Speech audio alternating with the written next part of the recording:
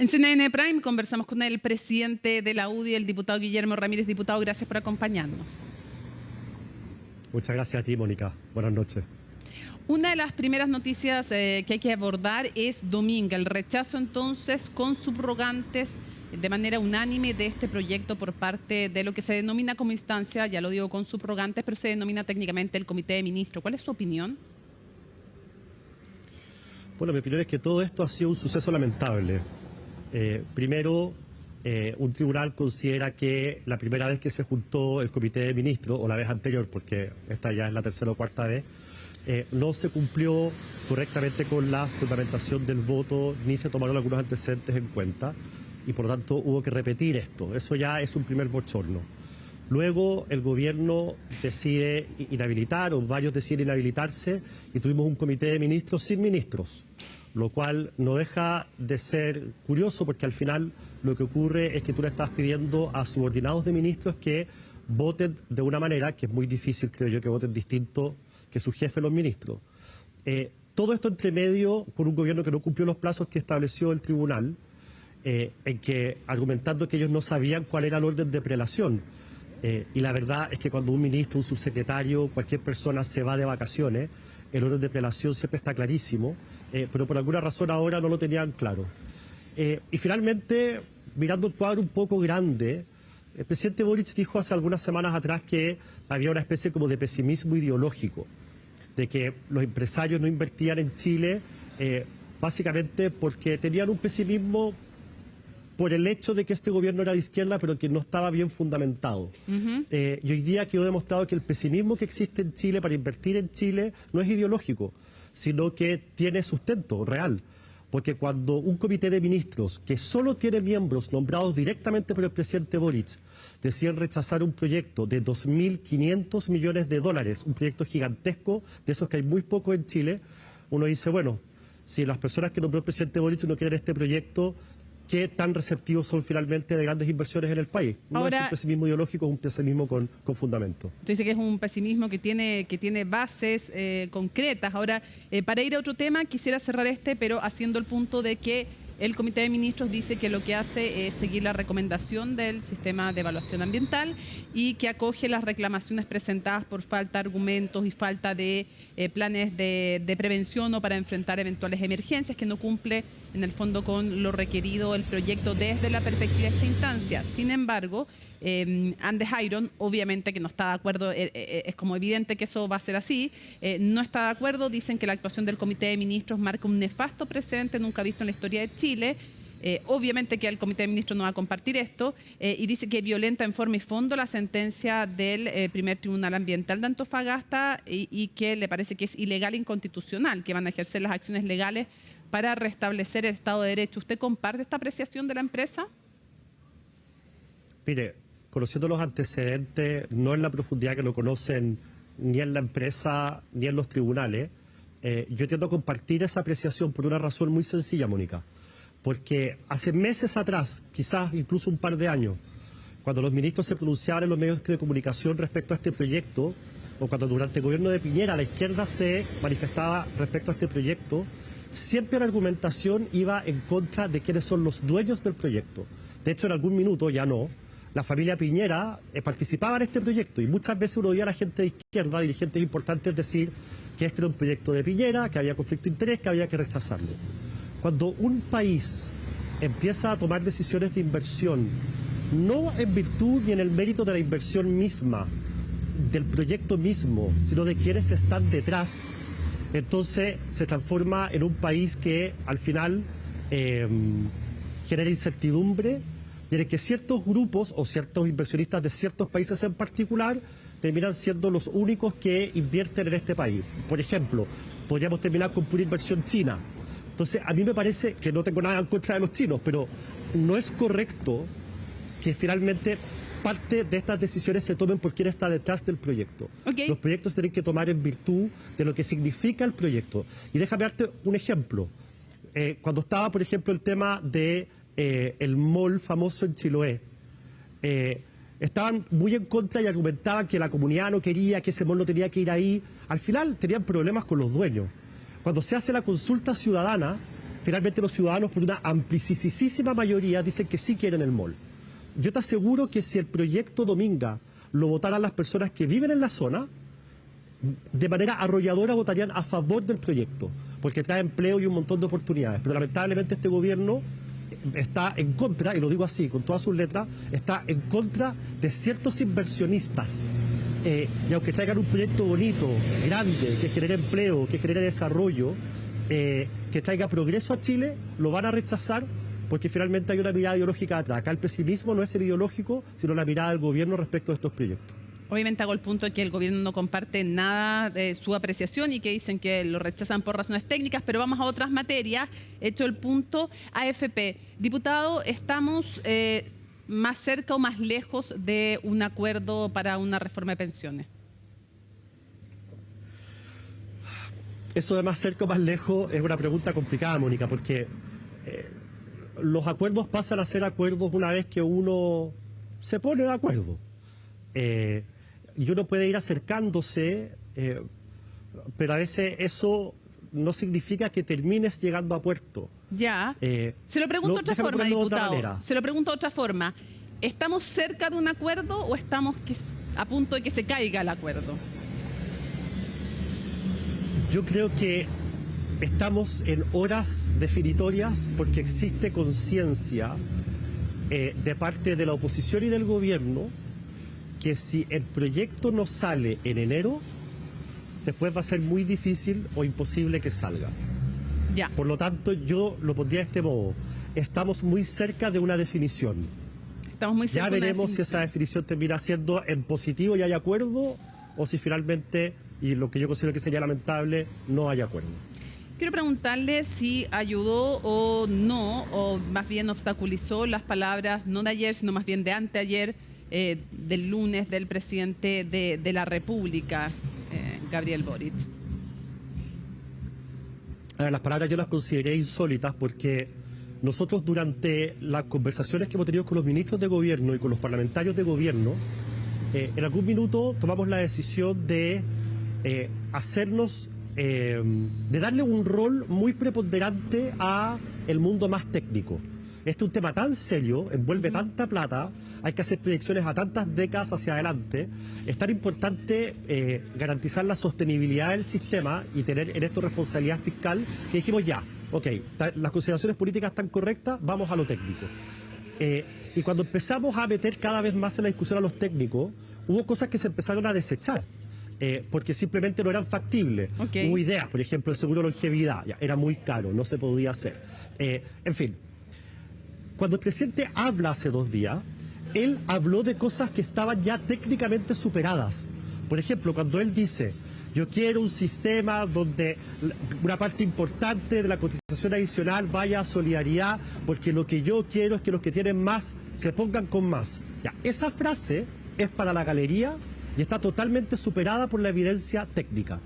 Porque la propuesta que había llevado el gobierno a la mesa era una propuesta en que, obviamente, cuando tú cotizas más con un tope imponible, lo que termina ocurriendo es que, como porcentaje de su sueldo, la clase media pone mucho más plata que la gente más rica. ¿Perjudicó o no la llegada a un acuerdo estas palabras?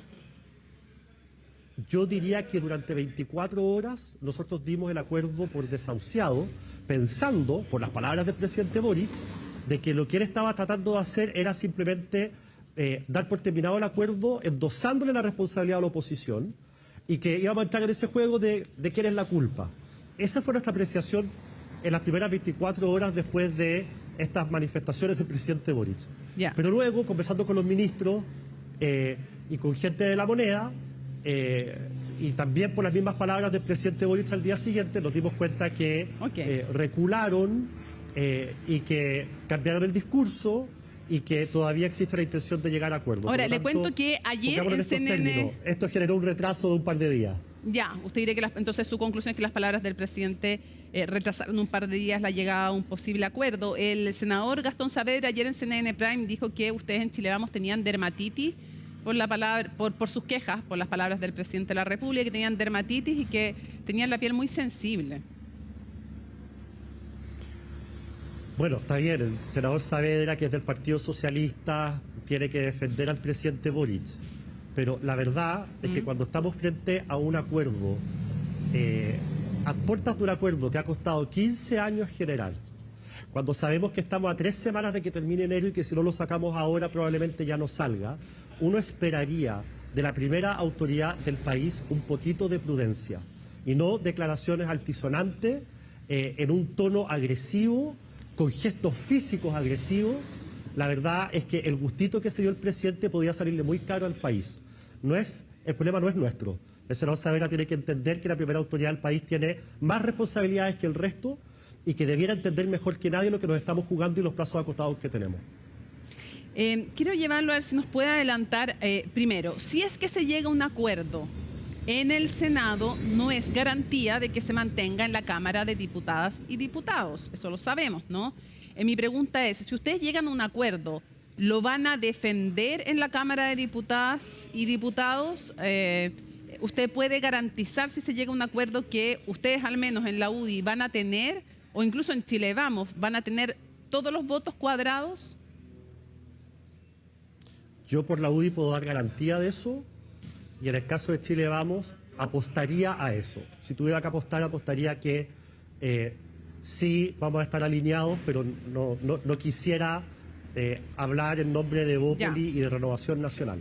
Pero por parte de la UDI yo sí doy garantías de que nosotros vamos a honrar el acuerdo al que se llegue en el Senado, lo vamos a honrar en la Cámara de Diputados. Ya, pero estamos de acuerdo que hay un riesgo ahí en la Cámara de Diputados. Sí, claro, y ese riesgo existe tanto en parlamentarios de derecha como en parlamentarios de izquierda. Además que la correlación de fuerzas en el Senado es distinta a la correlación de fuerzas en la Cámara de Diputados. Puede ocurrir perfectamente que ciertos partidos juntos logran una mayoría en una Cámara y no en la otra. Con lo cual usted tiene razón, Mónica, esto no está garantizado en la Cámara de Diputados. ¿Nos puede adelantar algo? ¿Está en torno a 0,503 la compensación de hombres y mujeres? Eso es lo que cuesta. La pregunta es de dónde va a salir la plata. Y eso es lo que usted dice. ¿0,3? El equivalente a 0,3 puntos de cotización. ¿Perdón? 0,3. Sí. 0,3 es más o menos lo que cuesta la compensación de la pensión entre hombres y mujeres. Y la discusión está centrada de dónde va a salir esa plata y tenemos 2 o 3 alternativas sobre la mesa que están en este minuto siendo sometidas a un análisis técnico. ¿Me puede para ver si aclarar las algo? 3 son factibles, 2, 1 o ninguna. Sí, ¿me puede aclarar algo? Porque ayer, para empezar, pues se hablaba antes de 0,5. Usted me dice que cuesta 0,3, no 0,5. Y ayer el senador Saavedra decía que con 0,5 no alcanzaba. ¿No es así? Bueno, afortunadamente tenemos un equipo de técnico transversal de bastante prestigio, que son justamente los que están echando a andar los números en este momento respecto a las distintas propuestas que hay sobre la mesa para ver cuántas de esas propuestas hoy día son factibles. Pero yo estaría dispuesto a apostar de que esto cuesta más cercano a 0,3 que a 0,5, pero no me voy a pelear con el senador Saavedra por 0,2 puntos, por una cifra que podemos comprobar más adelante.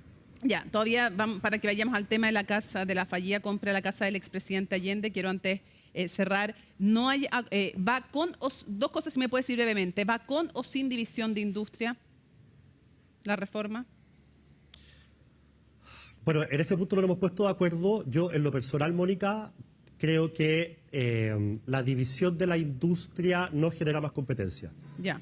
Por lo tanto, es más una señal política, si tú quieres, que una herramienta efectiva para lograr que las comisiones bajen o que entren más actores a la industria. Esta conversación ya la tuvimos en la Cámara de Diputados y nuestra postura fue responsable. Si ustedes, los que están haciendo esta propuesta de la industria, nos demuestran con buenos argumentos y con números que esto traería más competencia y una caída en el precio de las comisiones, estamos dispuestos a estudiarlo en serio. Pero esa evidencia nunca llegó. Entiendo que no está todavía cerrado el porcentaje del 6% adicional que iría este préstamo para mejorar pensiones. No, porque depende de la cantidad de beneficiarios. Ya. La idea, porque ¿cuál es el problema que estamos de acuerdo que hay que resolver? De que aquí hay personas que cotizaron durante muchos años, por ejemplo 20, 25 o 30, que reciben muy bajas pensiones. Es decir, ellos cumplieron con su parte del trato de que si cotizaban mucho iban a tener una buena pensión, pero no la tienen. ¿Por qué no la tienen? Porque es gente de una época en Chile en que los sueldos eran mucho más bajos que hoy día, y por lo tanto, con esos sueldos hoy día, llevado esa cantidad de ahorro a hoy, la pensión es muy baja. Entonces, para esas personas que cumplieron con su parte del trato, por decirlo de alguna manera, Sí. de este acuerdo social, que tienen pensiones bajas, tenemos que resolver el problema. Ahora, la pregunta del millón es, ¿le vas a dar esto a las personas que hayan cotizado 10 años o más, 15 años o más, 20 años o más? ¿Vas a hacer 15 años, 20 años o más parejo para hombres y mujeres o les vas a exigir menos años de Ya. cotización a las Ok. mujeres? Bueno, finalmente esas perillas son las que hay que mover y dependiendo de dónde tú las ubiques, cuánto cuesta finalmente el beneficio. Ya, pero usted me ratifica entonces que sobre eso todavía no hay acuerdo, que sigue la negociación. Cierro preguntándole sobre la casa, Así es. la no compra finalmente de la casa del expresidente Salvador Allende. Lo primero que quiero preguntarle es si usted es partidario de la decisión de ir al Tribunal Constitucional para pedir que sea destituida la senadora Isabel Allende. Sí, soy partidario. Acá no hay nadie por sobre la ley. Creo que lo que va a ocurrir en el Tribunal Constitucional tiene una importancia institucional brutal. Vamos a ver si en Chile hay o no hay justicia constitucional. Vamos a ver si en Chile estamos todos o no sometidos a la Constitución. Todos sabemos que por los nombramientos de los jueces puede que haya jueces que tengan una tendencia, todos los jueces pueden tener tendencia, eso no es un problema, pero pueden tener una tendencia más afín al gobierno que a la oposición. Vamos a ver si ellos finalmente ponen a la Constitución, porque ellos son los principales guardianes de la Constitución, por delante, es decir, si ponen su deber por delante o si finalmente deciden privilegiar ¿Diputado? su posición política. Si Creo que usted, perdón, pero institucionalmente para entenderlo bien, ¿usted cree que la senadora Isabel Allende merece ser destituida? no es que merezca. El tema no es... En derecho no me es una- refiero. Cuando no digo es- merezca me refiero en no derecho. es una cuestión... Ya, es que no es una cuestión de que yo considere que merezca o no. La pregunta del millón es, una persona que contrató con el gobierno, habiendo una norma en la Constitución, artículo 60, que dice, si un parlamentario contrata con el gobierno, pierde el escaño, dice cesar en sus funciones, esa es la expresión que usa. Bueno, la pregunta es, acá hubo un contrato. ¿Vamos a hacer cumplir la Constitución o no? Esa Ya. es la pregunta. O sea, por eso lo pregunto Si más, yo se lo considero que la pregunto más sanción simple. es exagerada o no, podemos discutirlo y cambiar la Constitución eventualmente para el futuro. Pero con la Pero Constitución estando escrito- vigente, ¿usted considera Sí. que el Tribunal Constitucional debería destituir a la senadora Allende? Así es. Ya. Y lo otro, cuando usted dice vamos a ver si hay justicia constitucional o no, esto no es quitarle la posibilidad de fallar como ellos estimen pertinente, como ellos interpreten la Constitución, porque hay otros que dicen, bueno, es que no se terminó de realizar porque no se inscribió, no sé, en el conservador de bienes raíces, por qué sé yo. Entonces la pregunta es, si es que no fallan como ustedes quieren, van a decir que no hay justicia constitucional, ¿eso no es sembrar un manto de dudas sobre el tribunal? Es que yo hace mucho tiempo que tengo un manto de duda sobre el tribunal. Creo que llevan mucho tiempo fallando políticamente. Y la mejor muestra de eso fue lo que ocurrió con los retiros del 10%. Particularmente con el tema de las rentas vitalicias. Ya. Que después el mismo tribunal tuvo que echar pie atrás. Y cuando los Entonces, cuando favorecían a tenemos ustedes, tribunales, ¿no fallaban también políticamente en los momentos en que ustedes los favorecieron? Si es que yo estoy encantado de debatir fallo en mano con cualquiera, esas resoluciones que nos favorecían a nosotros y discutir acerca de la juridicidad de esos fallos. Ok, para que no se nos Así como estoy encantado de debatir con cualquiera acerca de la juridicidad de este fallo que viene respecto al caso de la senadora Allende. Ya, para que no se nos vaya el tiempo, porque sé que usted se tiene que ir. Sé que se tiene que ir, entonces un par de cositas que no quiero que queden en el Usted tintero. también. No, yo todavía no. Usted se tiene que ir antes que yo, claramente. Pero lo primero, un par de cositas. Lo primero es si usted también es partidario o no de presentar una acusación constitucional contra la ministra de Defensa.